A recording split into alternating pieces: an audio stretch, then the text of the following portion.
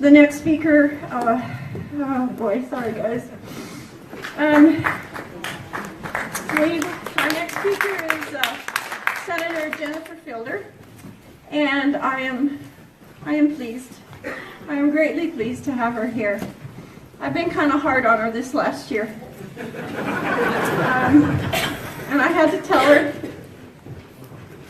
that I still have a hard time trusting politicians, and that's going to be a hard one to get over. But she's gaining. She's gaining good. She's awesome. And so welcome, Senator Fielder.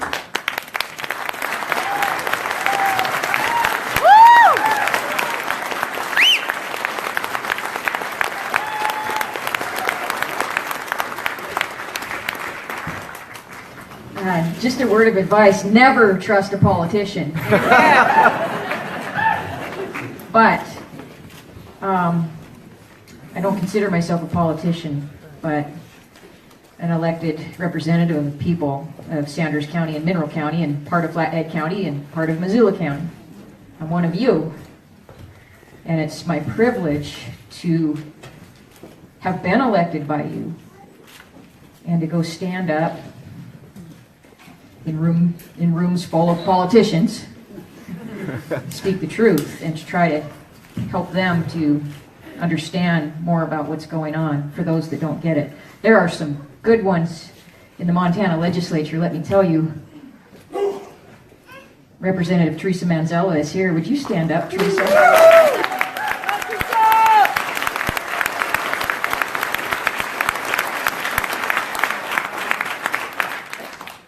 She's a horsewoman, and she doesn't take no bull.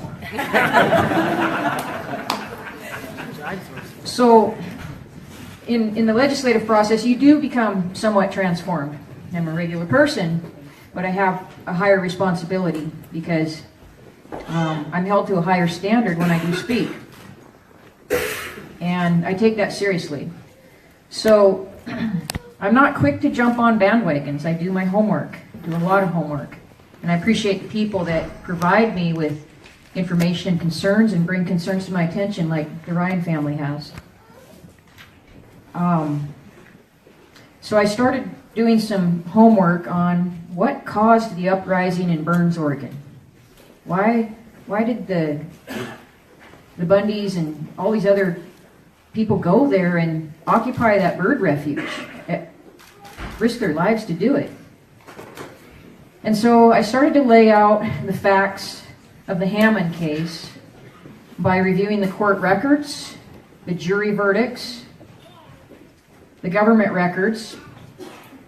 I interviewed both of the Hammond wives, Stephen's wife and Dwight's wife.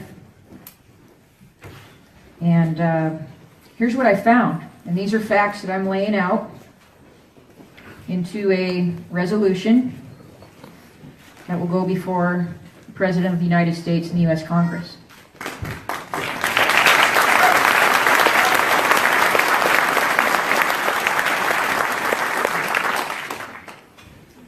So I don't normally read in front of an audience, but it's very factual, and I want to make sure that I'm clear on that. So I'm going to read it. In the state of Oregon, federal agencies sentenced rancher Dwight Hammond, now 78, and his son Stephen Hammond, now 49, to 5 years in federal prison for the crime of utilizing common range management fires that spread slightly off of their own land and onto a small portion of adjacent public land, each causing less than $1,000 in damage. The charges and penalties levied against the Hammonds were extraordinarily severe, especially in light of the fact that federal land managers have, on numerous occasions, accidentally and purposely at times, burned thousands of acres of public land and private land, including homes, without consequence to the agency or its employees, and without compensation to the landowners whose property they destroyed. At the criminal trial of the Hammonds, the federal government's own witness actually testified that the fire that Dwight and Stephen were both found guilty of igniting actually improved the range, and that the Bureau of Land Management committed no suppression resources to the fire. In other words, they didn't spend any money on that fire, and the fire improved the range. Curiously, the charges against Dwight and Stephen Hammond were preceded by a long period in which the Hammonds had been publicly critical of federal land managers' actions. For decades, the Bureau of Land Management and the U.S. Fish and Wildlife Service had deployed federal administrative powers to punitively regulate and prosecute the Hammond family in what now appear to be efforts to take over the Hammonds ranch and water rights. For 20 years, the Hammonds warded off federal land managers' attempts to block them from trailing their cattle on to their lawfully held grazing lands via historic stock driveways that were verified in historical records. In 1994, the BLM and the U.S. Fish and Wildlife Service falsely arrested Dwight Hammond for protecting the Hammonds family, their legally owned water rights, and the Hammonds subsequently prevailed in state court by proving their vested water right claims. Between 1994 and 2006, even though the Hammonds held federal grazing permits that were attached to their statutorily protected grazing preference and their vested stock water rights, federal land managers stripped them of 3 BLM grazing permits and 1 Malheur National Wildlife Refuge grazing permit, thereby systematically gutting the economic viability of the Hammond Ranch. In 2001, after receiving BLM permission, Dwight and Stephen Hammond started a prescribed range management burn on their private land that accidentally spilled over to about 137 acres of adjoining public land upon which the Hammonds held the grazing rights and managed. However, Stephen reported that the fire had spread beyond his own property boundary. The government expert testified that the fire improved the range, and at the time the BLM didn't cite him for it. It wasn't for 9 years until they decided to cite him for it. So that was the 2001 fire. In 2006, during a violent thunderstorm, lightning ignited a wildfire that seriously threatened to wipe out the Hammonds' winter feeding grounds. And in a widely accepted firefighting practice, the Hammonds started a strategic emergency backfire on their private land, which successfully saved their winter grazing areas, protected their home and barns, and potentially saved thousands of acres of public land from being engulfed in the wind-driven flames. The 2006 backburn slightly encroached onto the adjacent public land, an estimated 1 acre. The jury concluding it cost less than $1,000 in damage. The Bureau of Land Management pursued criminal charges for the 2006 fire, for the backburn, in state court, but the district attorney reviewed the facts and declined to press charges. So that was 2006. And then, in 2010, just before the statute of limitations ran out on that 2001 fire, the one that improved the range, the BLM brought the Hammonds into federal court, indicting them on numerous charges relating to both fires. The BLM avoided bringing charges under their own statutes, which specifically provide an exception for crimes related to fires started by ranchers who own grazing allotments in certain circumstances. 18 U.S.C. subsection 1855 says, "This section shall not apply in the case of a fire set by an allottee in the reasonable exercise of his property rights on the allotment." So they didn't use that statute because it wouldn't result in a a mandatory prison sentence. Normally, the BLM would cite a rancher with a trespass burn under its own statutes. That's the applicable citation. But instead of that, federal prosecutors charged Dwight and Stephen Hammond as arsonists under the Anti-Terrorism and Effective Death Penalty Act of 1996. This is the law that was enacted in response to Timothy McVeigh and the Oklahoma City bombing. They applied that law to these two ranchers. Eventually, all of the federal government's claims about the ranchers lighting fires on public lands and endangering federal employees and attempting to destroy government vehicles were proven unfounded. The jury said not guilty. 10 of the 13 most egregious charges against the Hammonds were either dismissed or concluded in the jury's not guilty verdict. The one count that Dwight was found guilty of related solely to the 2001 prescribed burn, which was ignited on the Hammonds' private land after his son Stephen had called the BLM dispatcher asking, quote, if it was okay to burn private land in the Steens Mountain area that day. And the BLM dispatcher on duty told Stephen at that time, quote, it was okay, that there were no burning restrictions anymore, unquote. This from the trial records. Whereas, in the end, the Hammonds were only found to have been involved in 2 range management fires that they had started on their own land and conducted in accordance with standard techniques that are common among ranchers, farmers, and public land managers in the area. The federal district court judge that heard the case declared, quote, it would be cruel and unusual punishment for this crime to give them the mandatory minimum of 5 years, unquote, as required under the Anti-Terrorism and Effective Death Penalty Act of 1996. In fact, the judge issued a sentence of 1 year for Stephen and 90 days for Dwight, and he even allowed the men to serve staggered terms so they could continue to keep the family ranch afloat. But after finally succeeding in a conviction against the Hammonds, albeit minuscule, the federal government filed an outrageous claim for damages in the amount of $1.3 million in a civil suit. And then they offered,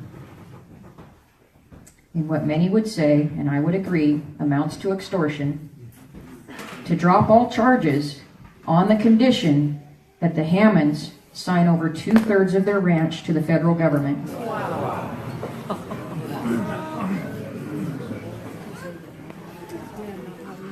Facing perhaps the largest and most well-funded law firm in the world, the United States government, and under extreme duress, the Hammonds agreed to a plea that would lower the fine from $1.3 million to $400,000 and require that they give the BLM the first right of refusal to purchase their ranch if for some strange reason they were ever required to sell it. The Hammonds paid the fine and they served out the sentences that the judge had handed down of 1 year for Stephen and 90 days for Dwight. But then the federal government pressed forward with another criminal, on more criminal charges, or on the same criminal charges, but to an appeal for resentencing, asking for the full force of the Anti-Terrorism and Effective Death Penalty Act to be applied to these men in a relentless effort to lock Dwight and Stephen up for a full 5 years. The very sentence the federal district court judge had declined to apply, saying such a harsh punishment under the circumstances, quote, would shock the conscience, unquote. And that's what happened. people's consciences were shocked. In what many in the West and across the nation view as a manifest miscarriage of justice, very much akin to double jeopardy, Dwight and Stephen Hammond were indeed resentenced to 5 years in federal prison, and they were required to serve their sentences at the same time, making it impossible for them to help keep the family ranch going. They remain incarcerated to this day. Although the Hammonds went away quietly and declined to protest, declined to publicly criticize under threat, they didn't participate with the march and the protest, the march that happened in Burns, Oregon, nor did they condone the takeover of the wildlife refuge. But numerous Americans knew something was very, very wrong, and they risked their lives in a symbolic occupation of the Malheur Wildlife Refuge to bring a national spotlight to the plight of the Hammonds and to request a peaceful redress of many other grievances concerning the federal government's heavy-handed control of half of all lands in Western America. Now, in a separate but related case, which you'll hear a lot more about from other folks, and I won't get into too many details today, but in the state of Nevada, the case of conflict between the BLM and Nevada rancher Cliven Bundy had culminated in a tense standoff between BLM law enforcement agents and hundreds of conscientious Americans who had come to Bundy's aid. The federal government pressed charges against Bundy, his sons, and supporters for their role in this Nevada standoff, as well as charges against Hammond and Ryan Bundy and others that participated in the Malheur occupation. And then, it didn't look like they had much chance. And they did a lot of work on their own. I'm going off script here a little bit. Did you know Ryan represented himself in court? Yep. On how many counts?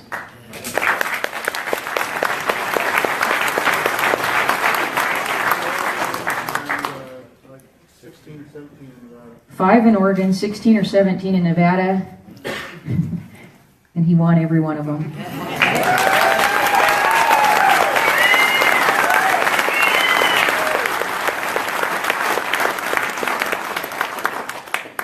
Shauna Cox, who you'll hear from a little bit later after the break, represented herself as well. And she won.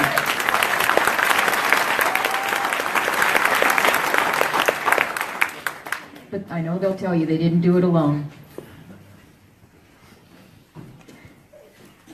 Okay, so I don't want anyone to leave here today thinking that all people in the federal government are bad, because there's a lot of good ones in there. We need to remember that. There's good people with families, and they care about this country. They love this country just like we do. So don't go away from here with a stereotype about government or even politicians. Hopefully I break that mold for you on the politician part. In a 17-page whistleblowing letter released by Bureau of Land Management Special Agent Larry Wooten, who was the lead investigator in the Nevada standoff, he cited multiple cover-ups within federal agencies and, quote, a widespread pattern of bad judgment, lack of discipline, incredible bias, unprofessionalism. The aforementioned congressional chairman's letter states, quote, the failures in the Bundy case and previous cases display serious misconduct by BLM law enforcement officials and strongly suggests that there are systemic issues within BLM's law enforcement operations. And that's putting it nicely. We have yet to know the degree to which federal administrative and prosecutorial powers have been weaponized in a concerted effort by the federal land management and environmental agencies, aided by federal courts and the Department of Justice to extort exorbitant fines from law-abiding citizens, to deprive them of their property, to denigrate their character, to block lawful and beneficial uses of public lands, and destroy the lives and livelihoods of hardworking Americans. We've just scratched the tip of the iceberg, I'm afraid. For the rule of law to mean anything in this country, it must be applied equally to everybody.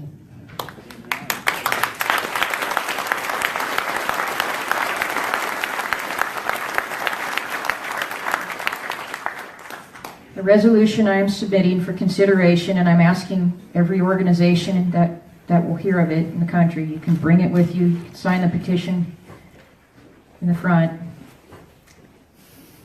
is called a resolution supporting justice for Western ranchers. And it says, "We the people hereby petition the President and the Congress of the United States of America to do all within their respective powers to effect the following. Number 1, to grant a full pardon of Dwight and Stephen Hammond.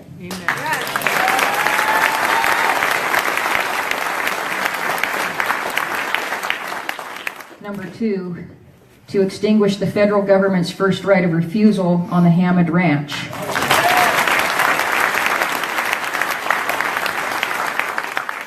Number 3, to amend the Anti-Terrorism and Effective Death Penalty Act of 1996 to never again be improperly applied to the people who use backfire to protect their own property.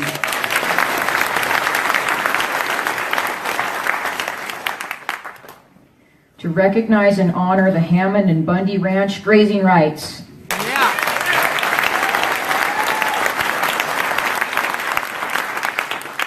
To grant a full pardon of the Malheur and Bunkerville protesters.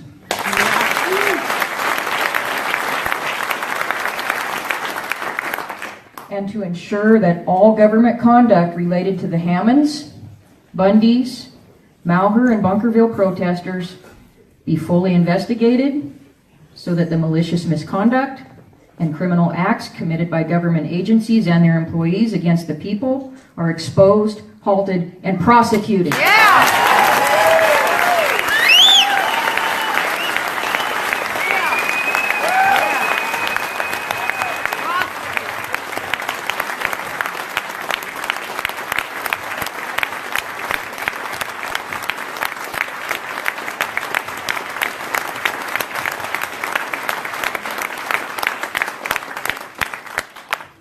Now, justice sometimes is a hard thing. Do you believe in justice? Yes. Okay, we've got to let the justice system work. Innocent until proven guilty. Let the evidence be heard, let it be presented, and let justice be done.